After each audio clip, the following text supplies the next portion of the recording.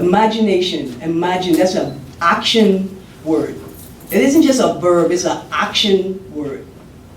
You have to be able to imagine things into existence. There's some other tools. There's discipline, there's preparedness, there's patience, there's empathy, compassion, and respect for life, right? But I think the two most important, audacity and imagination. Harriet Tubman say, I freed 1,000 slaves. I would have freed 1,000 more if only they knew they were slaves. Right? They couldn't even imagine freedom. Like even when she said, look here, you notice them said they come back. They couldn't even imagine freedom. Right?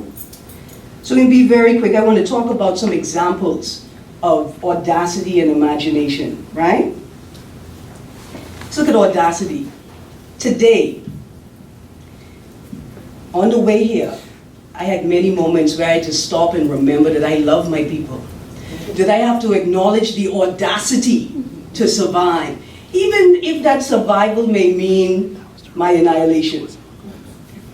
Right? I have to remember that a poor black boy, who somebody give them a bus, a whole bus with 38 seats, to go try and make some money, and he on the road trying to figure out how to make it work. And the truth is, he probably don't have a license. Right? He's probably the second or the third shift. You don't have a license, he's not quite sure what the rules of the road are. But he going out there and he can make that money. And he let me know, miss, I can stop this bus and put these people on this bus, and you better be prepared to stop too. Right? So I have to stop and acknowledge the audacity, because it's very important, right? It may not suit me, but it's important. Another example of audacity. For a brother like David Cameron to come to Jamaica and tell Jamaica, you know, we know reparations, no. How about this prison? So we could send you the people that we criminalize. We could send them back to you. And at the same time, his father was in the Bahamas, perpetuating the same activity that caused us to demand reparations. You know what that is? That's audacity. Right? So Sarkozy say, hey, no, French people, if we stop collecting these little tax we put on our former colonies, we will be relegated to third world status just like them. That's audacity. That's what that is, that's audacity. Do you know what imagination does with audacity? You take a boy like PGC, dropped out of high school. The boy had the audacity to think he could be more than that. And he had the imagination. He imagined himself into leadership. That's what audacity and imagination can do.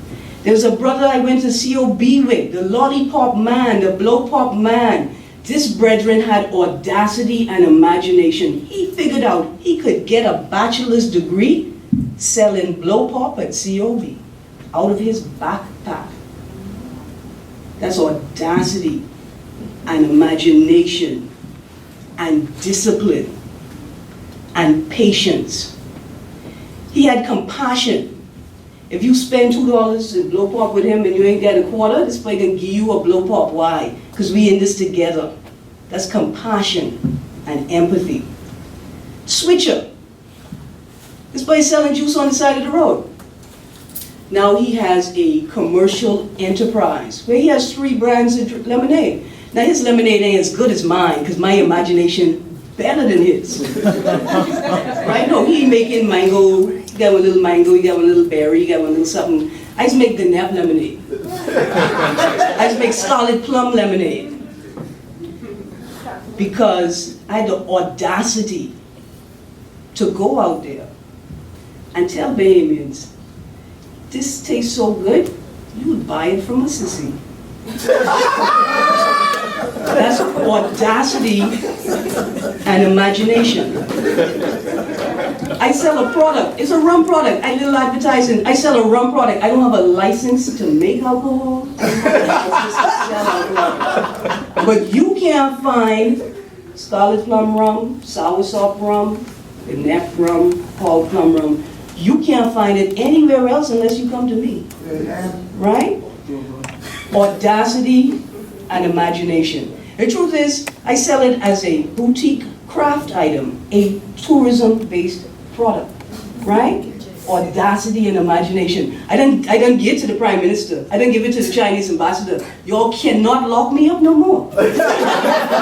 Audacity and imagination. I want to talk about somebody in the room. Forgive me, I'm going to talk about you, Shalita Carly, just for a second. Yeah. Audacity. When we started talking referendum, Shalita said, you know what?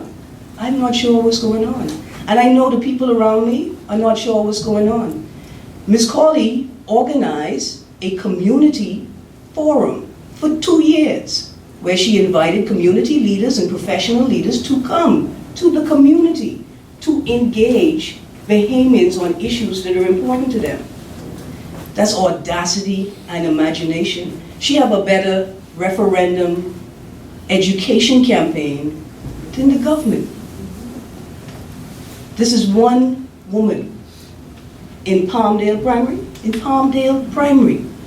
That's audacity and imagination, because she imagined that she has the potential to change her world and the world of the people around her.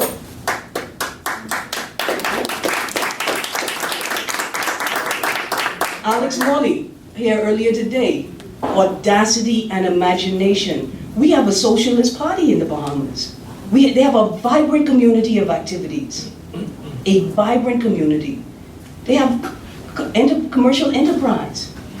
They have trade shows. They have a bookstore, right? Could you imagine that Pan-African community would be organizing this way 20 years ago, 30 years ago, right? It takes audacity. Everybody had security with him, right? Because what he is doing is audacious. We could just, for me to talk about me for a quick second. Who could have imagined that some woman would be wearing a tie, walking down Bay Street, catching the bus, demanding the attention of politicians, right? The audacity. It's the most important thing. Even when what you're doing getting me mad, I have to celebrate your ability to survive without me. You don't need my help, you're showing me I can do it. And I want to say to us, in this room as citizens and as members of civil society, two different layers, and I talked about earlier, I talked about people who participate in less formal ways, and then citizens, and then citizens who participate in formal structured organizations, right? We do not need to rely on the government for anything. But you have to imagine that that's possible. And the only way you could imagine that's possible is by doing the work, right? The discipline in the toolkit. Learning the law. It may take a few years, but that ain't nothing, because our grandparents and our ancestors, they took years to get their degrees. We could do this. We could do this, right? We have to prepare ourselves for the journey. We have to educate ourselves. We have to be disciplined about the education, right? We have to invest the money, invest the time, invest the resources. Not in a degree, perhaps in a community activity that we can all participate in organizing. RAB, Rainbow Alliance of the Bahamas, had a community center in Nassau City. We had a community center on Dowswell Street. Nobody ever thought it would happen. For 2 years, we ran a community center on Dowswell Street. We didn't sustain it. It wasn't because the people in the community weren't prepared to have us there. It's because the rest of the community could not imagine, right, that this was a safe space to be.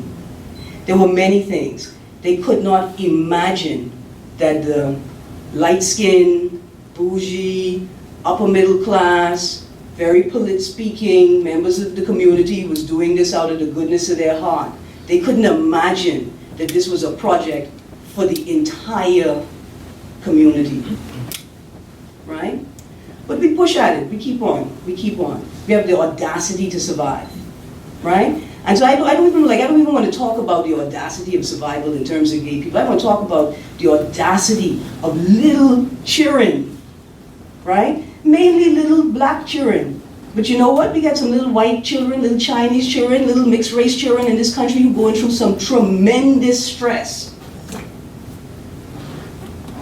And they have the audacity to keep going. They come to school, they smile, they're polite, they do their work, they're friendly, they maintain support of their friends, and little kids. They have the audacity to survive. And sometimes we sit here acting like the PLP and the FNM are destroying us. Right? I asked somebody the other day if Perry Christie made him run the red light. I mean, is that a part of the list of things that we're blaming him for now? Maybe he did. Right? So as an advocate, as a revolutionary, I'm here to tell you today that the most important tools in the toolkit are audacity and imagination. And with those two tools, if we just start off with those two, we will instantly begin to change the world around us. Because in 1992, I didn't know I was going to be here. But a little later, like 2003, the first COB, the symposium, I began to imagine it. And here we are today, turning it into reality, right? And that's the least of things that we can create in this world. So let's discuss after the other speakers.